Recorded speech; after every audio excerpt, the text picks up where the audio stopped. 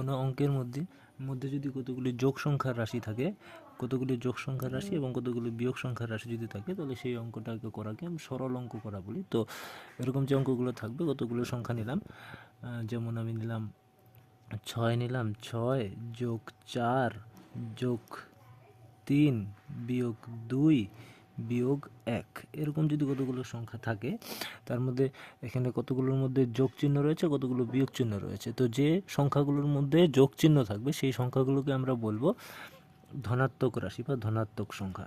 সংখ্যাগুলো কী বলবো? ধনাত্মক সংখ্যা। ধনাত্মক সংখ্যা বলবো আমরা যেগুলোর মধ্যে যোগ চিহ্ন থাকবে। যেমন এখানে ধনাত্মক সংখ্যা কোনটা রয়েছে? 4 রয়েছে, 4 হচ্ছে একটা ধনাত্মক সংখ্যা।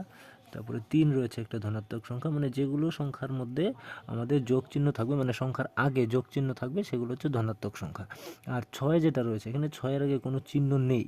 তো যদি কোনো সংখ্যার আগে কোনো চিহ্ন না থাকে, তাহলে সেটাকে ধনাত্মকই ধরতে হবে। মানে 6-এর আগেও একটা যোগ রয়েছে, যোগ চিহ্ন রয়েছে, ঠিক আছে? তো 6টাকে ধনাত্মক সংখ্যা ধরতে হবে। তো এই 3টা হচ্ছে এখানে ধনাত্মক সংখ্যা।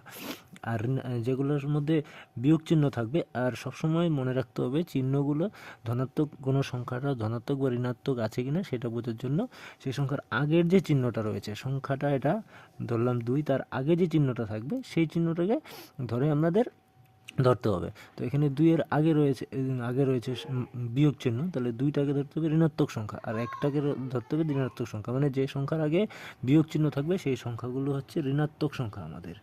তাহলে এগুলো হচ্ছে ঋণাত্মক সংখ্যা। এখানে কি কি রয়েছে দেখি। ঋণাত্মক সংখ্যা হলো আমাদের এখানে রয়েছে 2 আর হচ্ছে 1, এই দুটো হচ্ছে ঋণাত্মক সংখ্যা, আর এই 3টা হচ্ছে ধনাত্মক সংখ্যা। তো এই অঙ্কটা করার জন্য আমাদেরকে কী করতে হবে?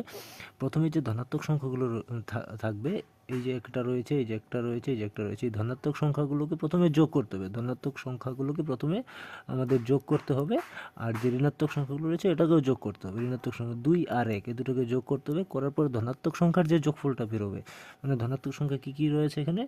6, 4 আর 3, এই 3টার প্রথমে যোগফল বের করতে হবে। এই 3টার যে যোগফলটা থাকবে, এই 3টার যোগফলের থেকে ঋণাত্মক সংখ্যা যে দুটো থাকবে বা 3টা থাকবে, যে যতগুলো ঋণাত্মক সংখ্যা থাকবে, সেই ঋণাত্মক সংখ্যাগুলোর 2 আর 1, এই ঋণাত্মক সংখ্যাগুলোর যোগফল বিয়োগ করতে হবে। মানে এটার যোগফল থেকে এটার যোগফলটা বিয়োগ করতে হবে। বিয়োগ করলে আমাদের এই অঙ্কটার উত্তর বেরিয়ে যায়।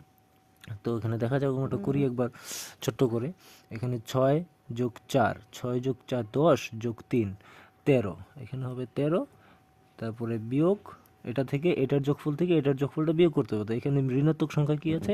3 আর 1 2, 2 আর 1 3, তাহলে এখানে এটা থেকে 3 বিয়োগ করতে হবে। তাহলে 13 থেকে 3 বিয়োগ করলে কত হবে আমাদের? সমান সমান 10। এরকমভাবে আমরা সরল অঙ্কগুলো করব। তো নিয়মটা এটাই রয়েছে, যে সংখ্যাগুলোর আগে যোগ চিহ্ন থাকবে সেই সংখ্যাগুলো ধনাত্মক সংখ্যা হিসেবে ধরতে হবে, আর যে সংখ্যাগুলোর আগে বিয়োগ চিহ্ন থাকবে, যেমন 2-এর আগে রয়েছে, 1-এর আগে রয়েছে, এগুলোকে ধরতে হবে ঋণাত্মক সংখ্যা।